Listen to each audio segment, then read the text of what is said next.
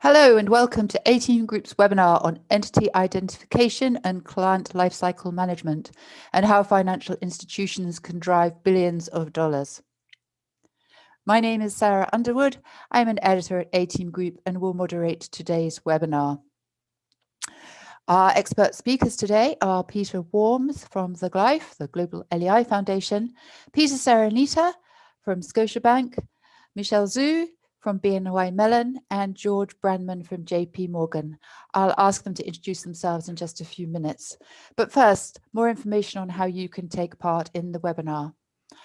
Next to your video, on the right of your video, there's a small panel with tabs for questions and polls. We'll be running 3 polls during this webinar, and it would be great if you would take part in them so we can gauge your opinion on the questions. I'll let you know when a poll is coming up so you'll be ready to vote. In terms of questions, if you'd like to ask our experts any questions, please feel free to use the question tab. Just put the questions there. We'll answer as many as we can during the webinar. So thank you for that. And a quick mention, I think at the bottom of your screens, you'll see some additional options. They are some 18 Group resources that you may want to access. One is our next Data Management Summit Virtual, which we'll host at the end of April. Another is our Entity Data Handbook in its 6th edition, really rather pertinent to today's webinar. And the other, our best read publication, the Regulatory Data Handbook. It's not really for reading, it's more for reference, I would say. So that's enough of me, and let me come to our speakers. So Peter Worms, who for clarity today we'll call Pete. Please introduce yourself. Sure, Pete Worms. I am with the Global LEI Foundation. I've joined the Glyph in May of last year after spending 27 years at Bloomberg. I'm a business development manager at Glyph, focusing on the LEI and its practicality in US regulations, as well as within financial institutions and their use cases, hopefully evolving into things like KYC. Just some background with regards to the LEI. The Glyph is a nonprofit Swiss foundation. It's overseen by 71 regulators, 19 observers, and has 16 independent directors. Currently, there are 37 local operating units. These are the LEI issuing entities. And overall, the number of LEIs is about to eclipse 1.8 million. Page forward, please. In terms of a geographical landscape, jurisdictionally, 16% of all LEIs reside in North America, 66% in European Union, and 7% in Asia Pacific. The interesting thing with Asia is 2020 was marked by India and China having the largest growth in terms of LEI volume. With regards to Europe, they have the most laws, 49 in fact, mandating the use of the LEI. Page forward, please. As I just indicated, right? So this breaks down these different laws or different regulations that do mandate the LEI and financial regulation, most of which is financial reporting. The interesting thing, and looking at the slide, India has now changed. It actually has 5 since its inclusion of the LEI in payments. So counterparties to payment transactions in India over a certain limit now have to get an LEI. So thank you. Excellent, thank you. Useful introduction. Peter Serenity, coming to you. Please tell us a little bit about your role. Thank you. So yes, I'm the group-wide Chief Data Officer for Scotiabank. And prior to that was the Chief Data Officer for HSBC across the enterprise. I'll call out a couple other things that are relevant to this discussion. I am the chairman for the Enterprise Data Management Council as well. I also was a participant in the industry SIFMA LEI working group way back when, during the initial foundation of the LEI. So as well as I was on it was called the Financial Resource Advisory Committee, which was an advisory committee for the OFR, part of the Department of Treasury.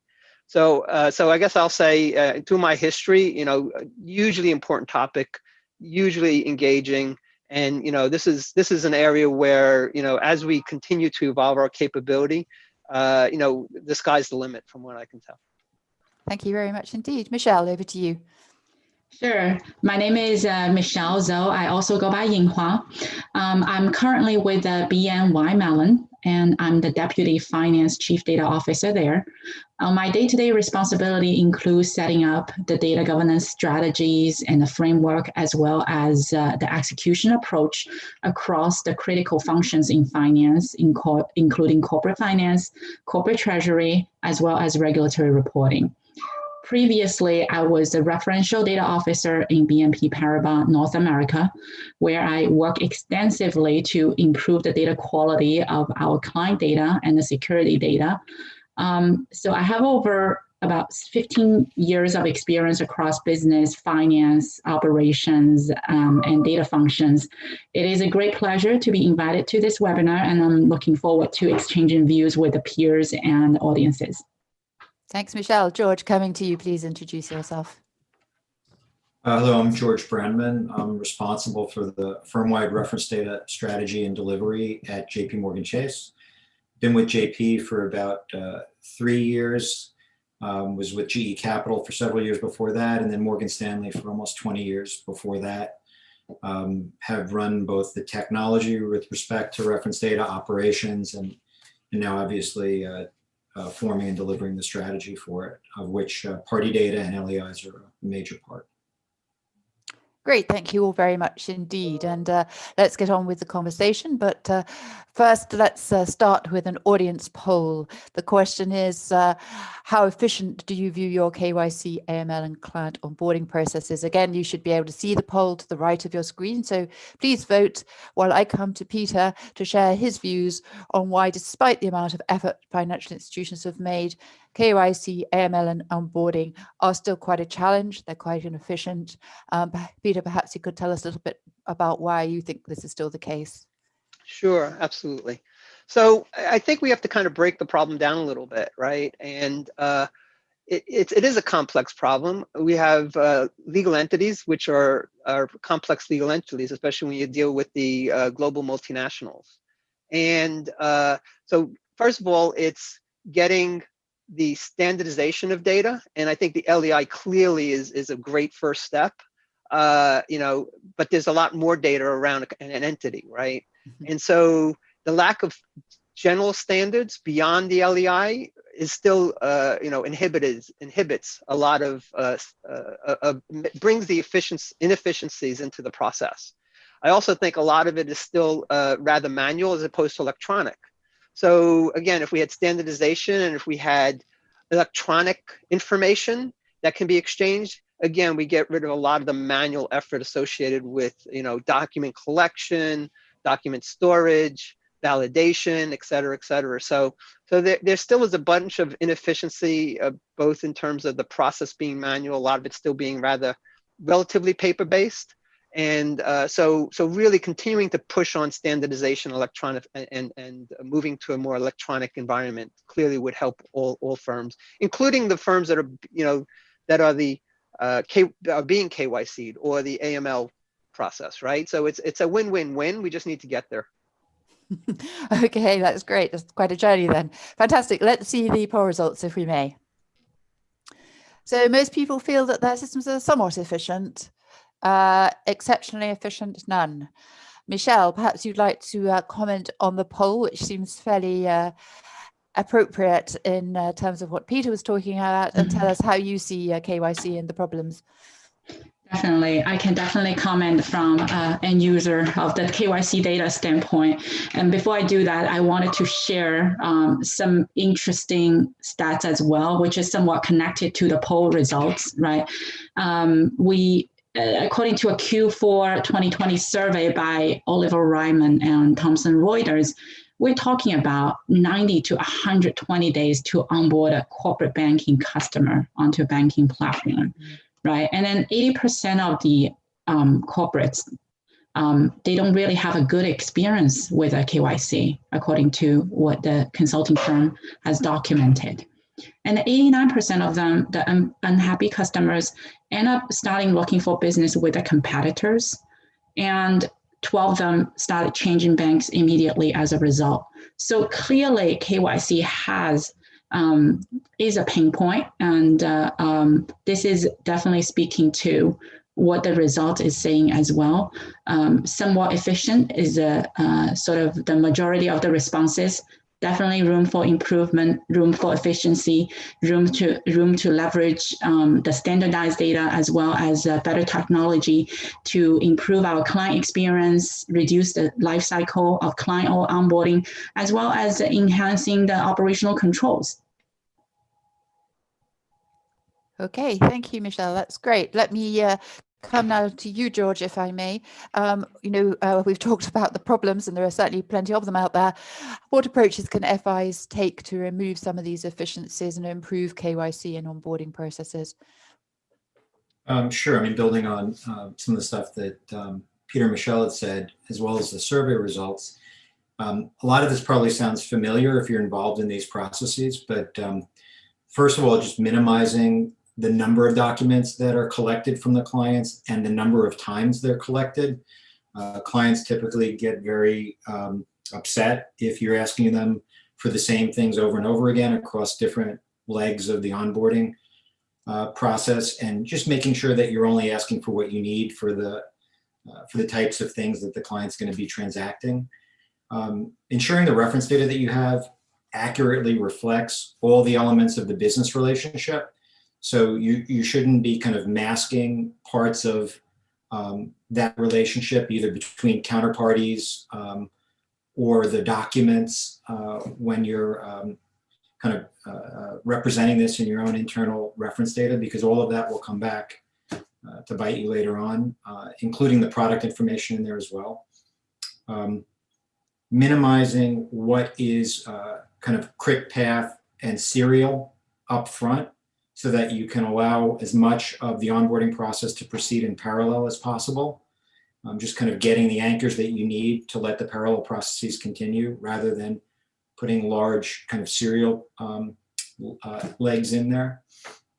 Obviously using LEIs as much as possible. So not just for where you're onboarding, but also for any other party data that you may have in your databases, so that you can cross-reference more accurately to other external vendor data sources. And then when you do onboard a new client, if you already have the LEI available on your internal data, you can really accurately reflect that information without needing to recollect it or revalidate it.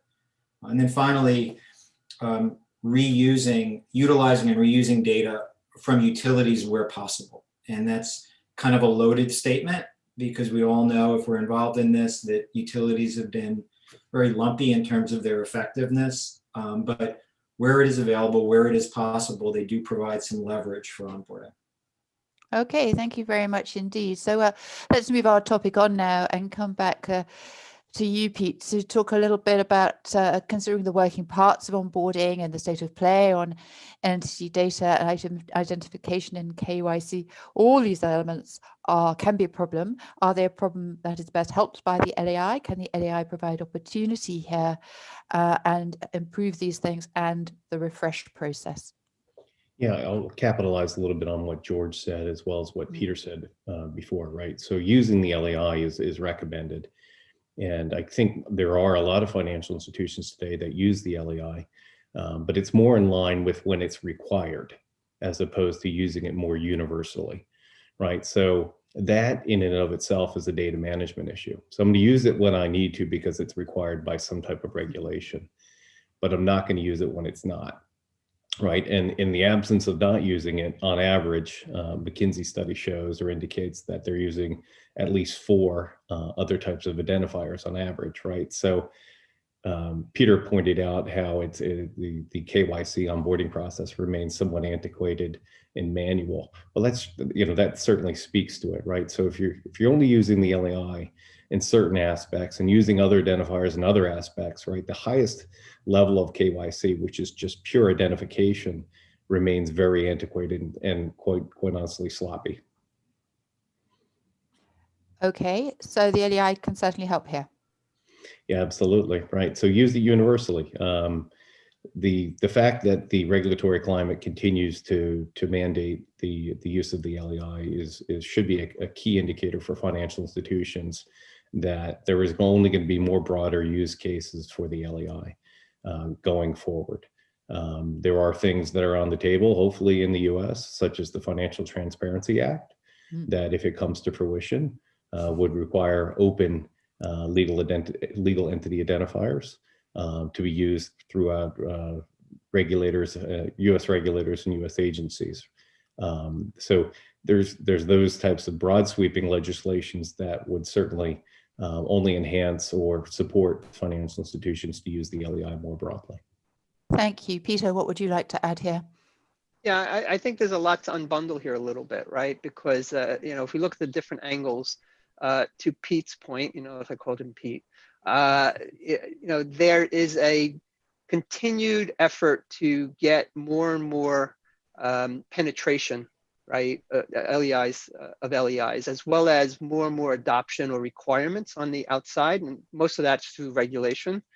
That being said, more and more adoption by, I'll say, multiple vendors also will help that, right? Because any financial institution is taking in data from multiple vendors, and of course, historically, and again, some have moved, but historically, each of those vendors had their own identifiers. I won't name them. Some of them are trademarked and whatnot. But that being said, there goes a degree of inconsistency, right? And so the LEI can be the glue that glues that all together. But obviously, we need those vendors to kind of adopt the LEI as a part, not instead of, but a part of their data sets. I think we talked in the first part about the inefficiencies of the process and the fact on the outside, i.e. lack of standards and whatnot. But there's also, and I'm going to generalize maybe, but there's also an inefficiency on the inside, right? Because most of these financial institutions are complex as well. I talked about the customer side or the client side, the corporates being complex. Well, the financial institutions are relatively complex as well. And so there's a need to harmonize the data within the company. And I think that's, George, where you were going with some of this. And the LEI, again, can be that glue, right? Because as you pull data together from the different parts of the organization, it's a wonderful tool to identify A, if it's the same customer, or B, if we have duplicates. And I mean, it's just a wonderful tool that can be used to do some data management functions. And I know that's not necessarily I'll say the primary role of the LEI, but it's certainly a fantastic secondary role the LEI plays. And then finally, I think part of the conversation today is really around beyond identification, right? And job one is clearly, as you say, identification. But when you start to look at what else you need, especially when you're talking about KYC and things like that, there's a lot of other related information. And I'm not just talking about documents. I'm talking about relationships between entities. I'm talking about director, who are the directors, who are the related parties, et cetera, et cetera. So I think we got to get the basic. So I'm not here suggesting that we have to tackle it all. We need to get the basic adopted right, which is the identification. But again, then let's look at simultaneously growing the capability to meet more needs. Okay, that's great. And can I come back to beginnings, George, with an audience question about how FIIs can improve matters? And it's the age-old one about data quality. And the question is, how can we improve and prioritize data quality for onboarding? And what level do we really need to achieve? Obviously, referential data tells you a bit about how difficult that is. Michelle, you might want to comment afterwards. But George, what would you say? How can people get to that data quality they need? Well, I think, first of all, is make sure you're collecting the appropriate documentation, right? Or using external data sources to corroborate that against. There's a number of vendors out there. Different ones may be fit for purpose better for different types of organizations, but they scour companies' houses globally. They provide good validated sources of information. LEI is clearly one of those. Cross-referencing across multiple sources, and then collecting the documentation yourself to revalidate that will improve data quality. Starting to use more advanced technology, things like entity extraction, natural language processing out of documentation, removing the manual kind of interpretation of the documentation and of entity information and relationships. also improves the data quality and also improves the time to market. And then I think I mentioned not masking complex relationships under single identifiers, right? Okay. So ensuring that you have proper roles and relationships associated with your entities, and crossing the domains properly with that to product data, to account data as well, and having those correspond to canonical taxonomies, right? To things that are used consistently across different lines of business for the onboarding process. Like all of those, I think it's, easy enough to say, right? But all of those, I think, help get your data to a very high level of data quality. Okay. Michelle, would you like to comment on data quality here? Yeah, absolutely. So that I think just to add to George's point, like he mentioned, there's a lot of manual documentations, manual processes going on. This a lot has to do with the constant evolution of our business as well as the regulations globally.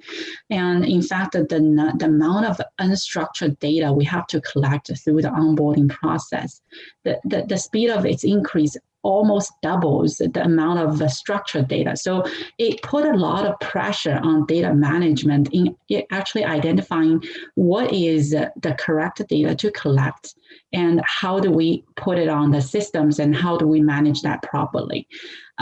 With that said, the data quality component of it is going to be challenged as well, right?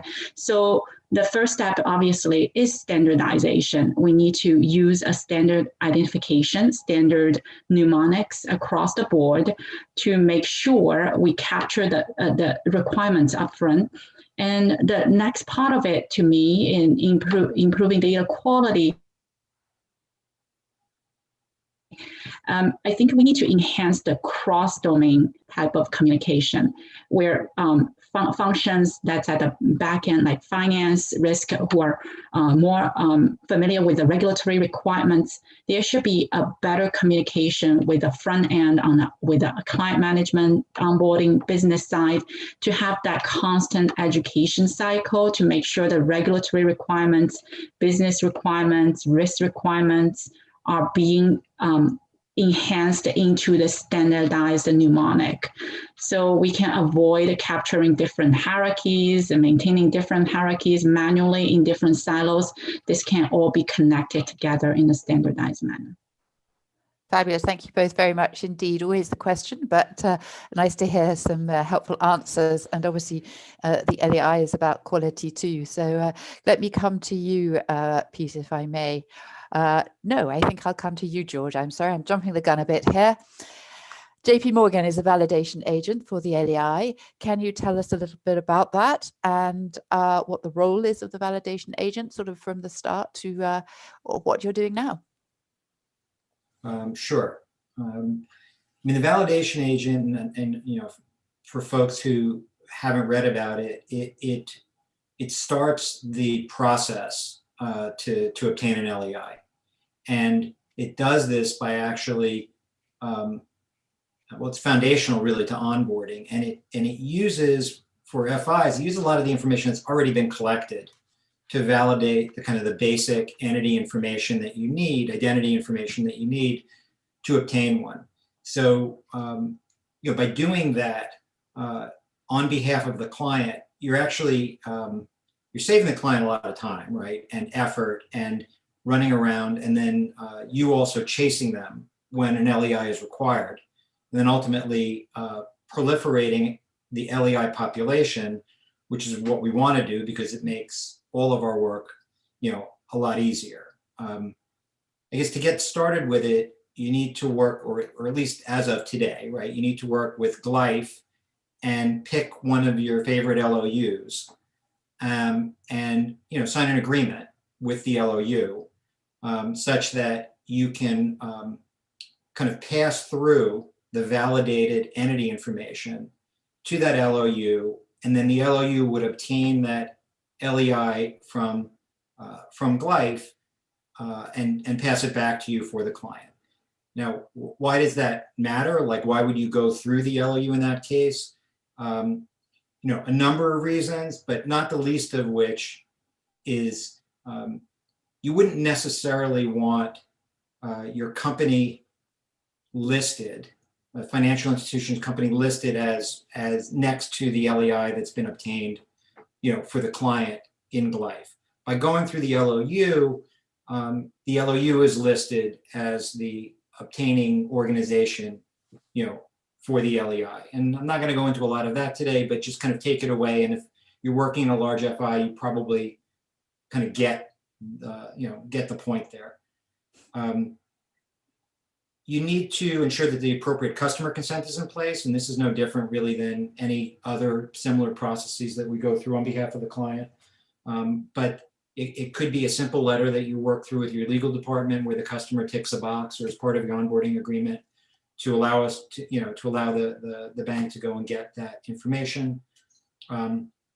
There's some cost involved. It's not a huge cost. I'm not sure any of that's published, and it's probably negotiated per engagement, but you need to decide what you want to do about that, pass it on to the client or absorb it as part of the onboarding process. You could easily make the argument that the time you save for the client and for the bank in onboarding and chasing is easily returned on investment, from performing this process and acting as a validation agent. Given that you're already doing that validation process as part of your CIP KYC as well. You would typically do the annual update for those LEIs where you're acting as the validation agent. Again, that could be incorporated into your normal KYC periodic refresh process. You'd want to make arrangements to STP this as well. So there'd be some APIs involved. They're fairly simple APIs, but that all has to kind of be worked out where your onboarding systems would talk to the LOU for making that request and then receiving the returned LEI in response. And then I guess if you're receiving, if you know about updates to the LEIs that you're maintaining, you would also kind of be proactively making those updates through the LOU to Glyph, but also responding to any challenges that might be happening from Glyph or to Glyph about those parties, which in reality is a good thing, right? So if somebody's informing you about an update to a party that you care about, a legal entity that you care about, like that's yet another kind of free, quote unquote, source of information to an update that you may be receiving prior to it even being available from a vendor or from the client to yourself. Okay, thank you very much indeed. Pete, what would you like to add there from the Glyph's perspective? And are there any indications on cost, or is that a very one-by-one kind of thing? Yeah, so I'll cover the first part. So the one thing George was really indicating with regards to the LOUs is that there is a tremendous amount of redundancy in terms of what local operating units do today when they issue an LEI in terms of validation verification. That's already being done by George or JP Morgan or any financial institution, right? So once you eliminate that redundancy, you're now you're creating more efficiency within the onboarding process.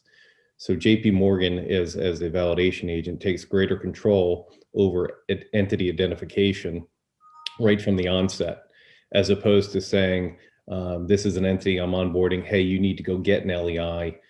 That entity then goes to a local operating unit, gets the LEI, and eventually comes back, right? Michelle talked about the number of days on average it takes to onboard an entity.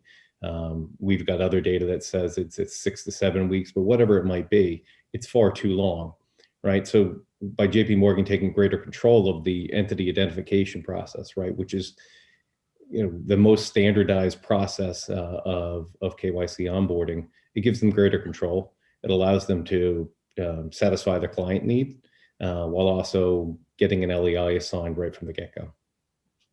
Okay, and are there any cost implications for validation agents that open, or just whatever, one by one? Yeah, so as George alluded to, right, that is a conversation between the financial institution and the local operating unit, but absolutely, we believe that this will drive the cost of obtaining an LEI down dramatically. The LOUs today operate on a cost recovery basis. And that cost recovery basis is part of the accreditation process in terms of becoming a local operating unit, and that's reviewed, or you go through a process of reaccreditation on an annual basis.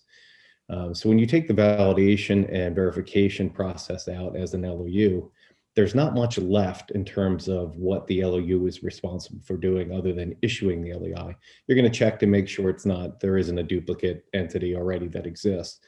But once you do that, obviously that replaced a good portion of the cost, and therefore should drive down the cost of obtaining an LEI. Okay.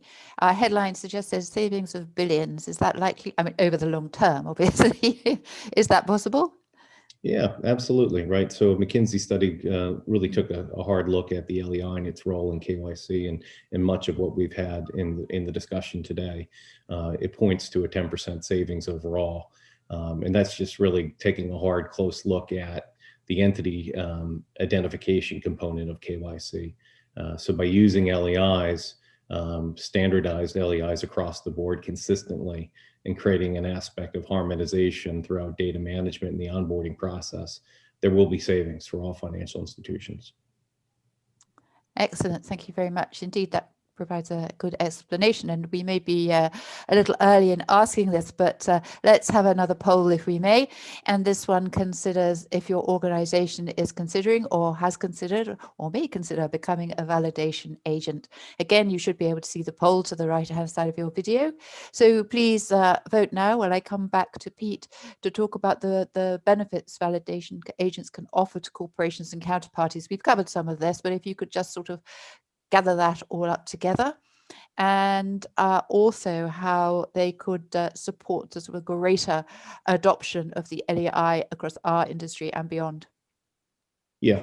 So I think we did touch on this a couple times, but we've been more or less focused on the financial institution with regards to their role onboarding, right? So the corporations and counterparties that are on the other side of they're the ones that are being onboarded, right? Now there's a repeatability, right? They've gotten LEI each and every time they are part of a new trade as a counterparty, or as a corporation, say, coming out with a new piece of debt, and they're interacting with a sell side bank. They've got their LEI. They're showing their credentials effectively, right? So that same level of savings that applies to the financial institution is now going to apply to corporations and counterparties, and thus resulting in a more efficient onboarding experience for not just the financial institution, but here with the counterparties and corporations as well.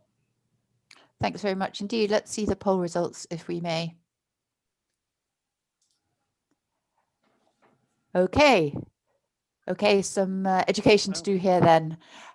George, what would you say about that poll vote? And Pete, you might want to comment too, but George, tell us a little bit about the role of the validation agent in terms of spreading the LEI and so on. You mentioned it earlier, and if you'd like to comment on the poll, please do. Sure. I mean, I think one of the main things everybody would be looking for is, how do I make the case to do this? Why would my company want to do this? Mm-hmm. And I think we've touched on it in a couple of different places, but ultimately you want to make your onboarding experience for your clients as frictionless as possible. And we know that at a minimum, LEI is being mandated in more and more types of transactions and in more jurisdictions. So performing this process, on their behalf takes certainly a burden away from them in interacting with yet another agency that they may or may not be familiar with, presenting the same documents and the same proof to different places where they don't have to, and then kind of the ongoing maintenance of that. So you end up kind of short-circuiting a lot of the back and forth between your sales and your transition teams and your onboarding teams and the clients. The clients don't have to do some external process and then play a game of telephone with you. is just you kind of take care of it for them, and the process feels much more STP to them. Another thing is, if they can rely on you as a bank to perform this process for them on their behalf consistently, it's just one less thing that they can take out of the mix on their side as having, to worry about as being done for them to, for their own compliance processing. So they just know it happens, right? When I work with JP Morgan, when I work with XYZ validation agent bank, it just happens whenever I onboard a new fund or onboard a new entity. And then finally, the value is now certainly with the required reg reporting, but as we see the LEI appear in more and more messaging and networks that are connecting banks and payments networks together, the value is just going to grow exponentially, because instead of having kind of English language names and non-unique identifiers around the different counterparties involved in transactions of all kinds, you'll have this unique identifier that describes who's involved, and the back and forth in resolving errors, the errors to begin with, the reconciliations will all just kind of drop, I think, organically as this proliferates across different types of transactions. Excellent. Thank you very much indeed. And obviously from the poll result, there is education to do and people wanting to know more about validation agents. Pete, can I come to you for a quick comment on that and how they can get more info? Yeah, absolutely. So I do want to point out that the concept is relatively new. JP Morgan is the first validation agent that has been recognized and mentioned, in particular in press releases of late. But Glyph is interacting with other globally important financial institutions, with many conversations already underway.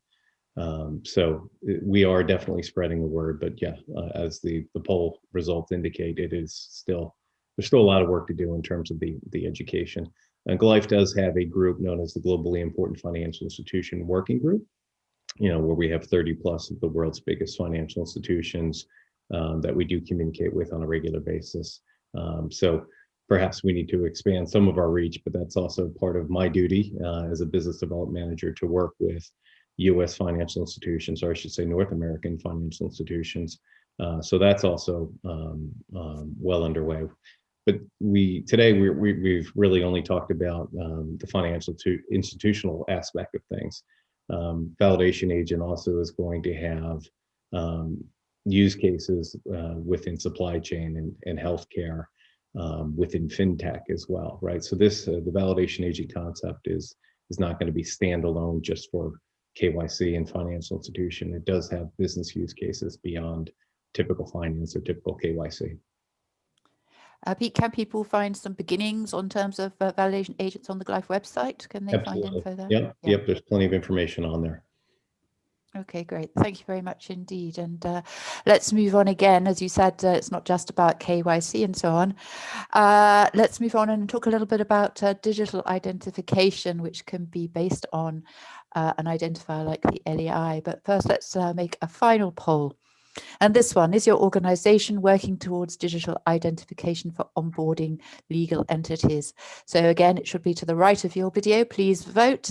And let me come back to you, Pete, to talk about the next steps towards digital identification, when they might happen, and what will they offer? Yeah, I think the quick answer is it's well underway. You've got blockchain technology that has been around for the better part of a decade already. You've got, I guess, more of just a general consumer identification schemes that have been around for a while, that originated with name and password, that are evolving into biometric or even facial recognition and things of that sort. So I think there's a lot of momentum with regards to digital identification, but not necessarily at the entity level. So I think e-commerce, has a lot to do with regards to emphasizing the need for digital identification. It requires people and entities to prove who they are, right? And that's relevant. So digital transformation is a key topic. I just see about it. I hear about it just about every day. I get an email in my inbox about it just about every day. But the key aspects are how you go about doing that in a trustworthy way, so you understand who you are conducting business with. Okay, fantastic. Let's see the poll results, if we may. Thank you. Wow, that's impressive. Pete, what would you like to say about that? I'm not surprised, right? It's a key aspect. I think it's only been magnified by the pandemic, right? Doing business face to face is not happening these days, and I think this pandemic perhaps has also re-emphasized or overemphasized the need to have more of a digital solution in terms of business transactions going forward. Thank you very much indeed, and thank you everybody for voting. That's very helpful indeed. And I'm going to throw in a couple of audience questions now. And George, one for you. And it asks, does using a validation agent involve providing client confidential information to the LOU, the Glyph, or the public? No, I mean, nothing that we've seen is really, this is basic CIP information. It's typically stuff that is publicly available in registries and corporate registries and companies' houses. So it does not. Okay, thank you for that reassurance, Pete. I could just add a bit there too, right? So when you're talking about an LEI and what's needed to generate an LEI, you're talking about the legal name, right? The legal address, headquarter address, things of that sort. I often refer to it as your business card data, right? So to George's point, right, this is mostly public data. Okay, that's great. And Pete, I have one for you as well, and I'm not sure how much you'll be able to say on this because it's a bit of a moving target. The mapping services that you offer, your new accreditation of QSIP and so on, does this change things? Have you got more mapping plans on the go? Yeah, absolutely. So yeah, we have a mapping certification program where SwiftBEX to LEI is one component, but more recently, ANA, the Association of National Numbering Agency, and ISIN to LEI is also relevant, right? So I think it came up much earlier in the conversation with regards to harmonization. I think Peter Serenity said it. So multiple data sources is always a classic example, right? So large financial institutions take on dozens of data feeds. And trying to harmonize around that is very difficult. Instrument level identification is a little bit easier. It's been around a lot longer. There's a variety of different types of identifiers to use, but entity level identification is still a bit of a black box. The LEI is obviously the way to solve around that, because that is the way you can use the LEI as a linchpin to map across disparate data sets. So Glyph also has another group, a vendor relationship group, where some of the biggest vendors, data vendors that is, and also KYC providers do participate in quarterly discussions. And we have confirmed that many of them now take in the LEI or map the LEI on a daily basis and do include that in their products and services. So it's definitely headed in the right direction. But to answer the second part of your question, yeah, absolutely. We would like to engage with other entity identifiers or even instrument level identifiers that can be mapped back to LEI on a go forward basis. And there is more information on our website about our certification program. Excellent, thank you. One more before we move on, and this is jumping back a little bit, and it's for Peter and Michelle. And it asks, aren't there limits to how much of the due diligence process can be reduced to standardized data? Based on what you see at your firms, do you have a sense of where that boundary might be? Who would like to go first? And then I'm happy to go first. Thanks, I think Peter. that, yeah, sure. I think, and it actually ties in with the digitization question as well, right? Because there is a set of data that every company needs to collect. And George mentioned, I think it was George who mentioned the utilities previously, and Michelle mentioned the unstructured versus structured. And right now, a lot of that data is unstructured, right? For better or for worse. And you know, we're collecting registrations, we're collecting a lot of other information about the entity, and really kind of standardizing and digitizing, not in the form of digitizing a scanned form, but actually truly digitizing, you know, would go a long way to, number one, obviously efficiencies. We talk, you know, the topic of this discussion is, or the main topic of discussion is the savings of efficiencies.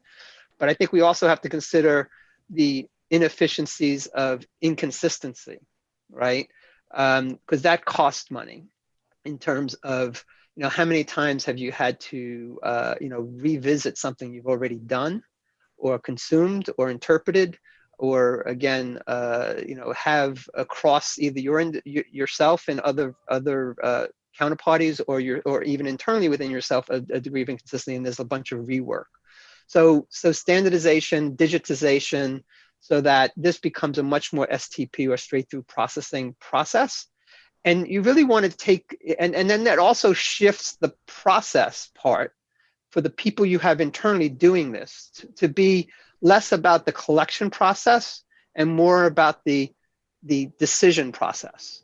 And really that's what we're trying to do, right? Is let's get the collection process as efficient and as consistent as possible so that we can spend most of our time on the decision process. And because that's where really the value add is, right? The collection process is just a means to an end. And hence the need to, again, I'm sorry if I sound like a bit of a broken record on this, but one day we will succeed in terms of standardizing and digitizing all this information.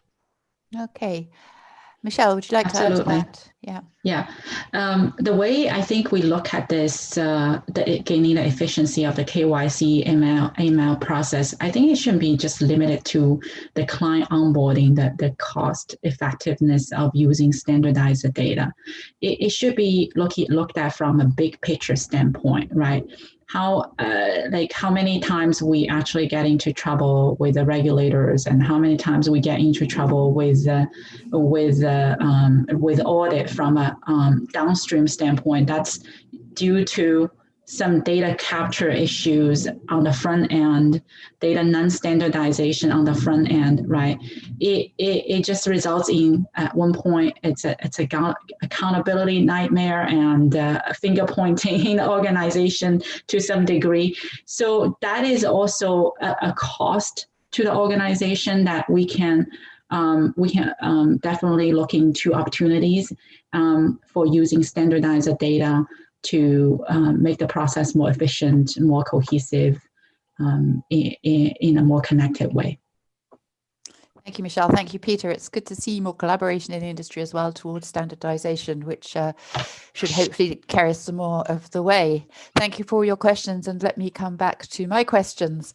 And coming back to you, Pete, can you tell us about the verifiable LEI, the VLEI, and its possible impact on regulation and the automated identity verification in other business segments, but obviously importantly to financial services?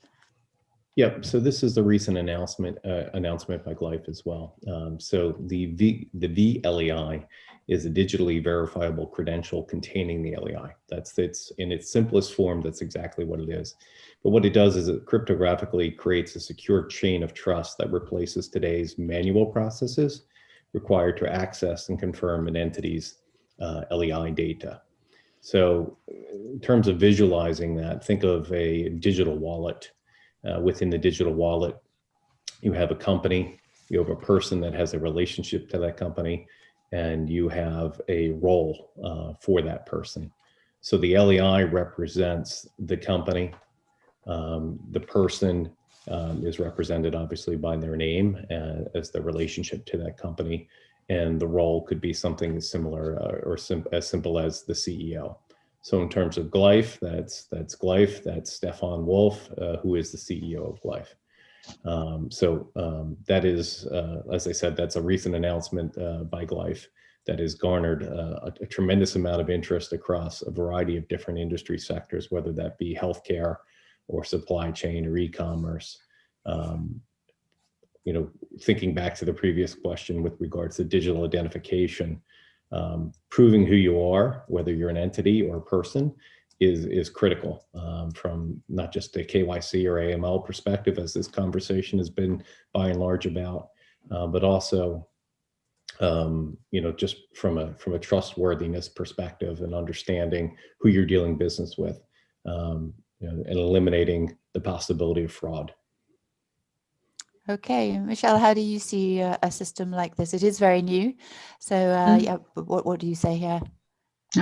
Obviously, I don't really have a lot of experience outside the financial services industry, but when I read about the news of the VLEI, it is quite exciting, especially right now we're living in the pandemic situation. Health services industry, for example, would definitely benefit from tracking down their supplier, their distributor, even their patient to some degree, right? It would be a significant enhancement to telecom industry, for example, as well, which is largely dependent on digitalization. And e-commerce, as Peter mentioned, it is another area as in the context of globalization. So there's definitely a lot of opportunities we've seen or actually expect out of the financial services industry, but hopefully financial industry can continue to be Pete's focus to make the bank's life easier in the near future. Yeah. Thank you, Michelle. Peter, would you like to add a comment here? Sure. So first of all, I applaud the Glyph to kind of, again, take from the foundation and start to build out and start to expand, because that's where the value add really starts to become realized. And I think the points were made earlier, continual more and more interaction between companies and individuals is going to be via channels, right? And so this type of thing has a multitude of uses. I think Michelle just rattled off a couple, which I completely agree with. In addition to, one of the things we also have is when we are provisioning entitlements, right? We want more and more interaction between companies to be, again, electronic, but entitlements internally is hard enough. Entitlements across companies is 1,000 times harder, right? So as we start to move towards having those associations, certainly we can move into a more digital world. So usually supportive, work in progress, and keeping a close eye on it. Thank you very much indeed. And Pete, on this, an audience question for you. Is the VLI something we could use now, almost straight away? And how could we integrate it with other apps? Yep. So the announcement, like I said, came out just a few weeks ago. So now we're transitioning to build mode. It's anticipated that the VLEI will be available in Q3 of this year. Okay, and will it be able to be integrated with other things relatively easily? Obviously, the LEI wasn't too difficult. Yeah. That is my understanding at this point. So in the upcoming weeks, the Glyph will be putting out more information on the technical roadmap in terms of how adoption and other use cases can be expected. Excellent. Thank you very much indeed. We've covered an awful lot of information so far, but as Peter said, you can find some of the basics on the Glyph website and people there to help you. So coming into our final question, let me ask our speakers what advice they would give to data practitioners aiming to significantly improve the client onboarding experience, KYC, AML, and so on. Pete, would you like to kick off here? Sure. So, today's panel is represented by JP Morgan, Bank of New York, and Scotia. So it's interesting that all three representatives all agree, right, that moving towards a more standardized approach involving the use of the LEI in the onboarding process, or at least using the LEI more universally in the onboarding process, seems to be very much accepted. Let's hope that expands beyond just the three financial institutions represented today to other broader financial institutions to use the LEI. Excellent. George, what would your advice be? First, I would encourage people to consider becoming a validation agent.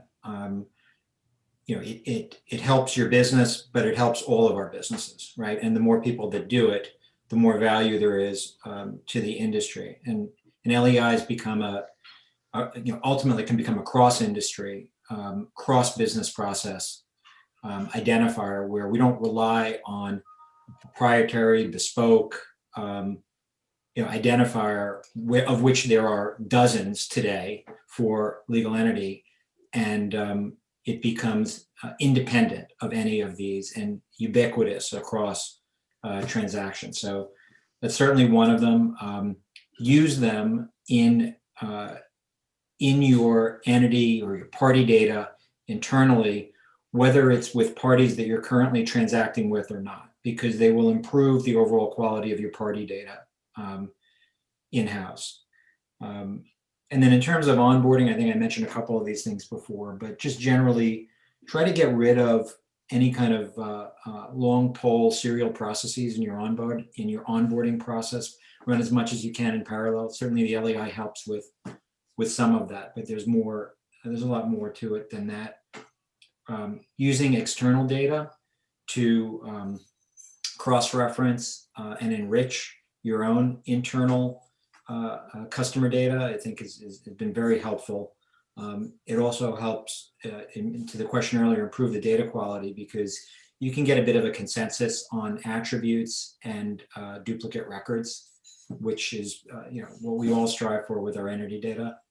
And then make sure that your internal entity data, your master data, represents the full fidelity of the business relationships.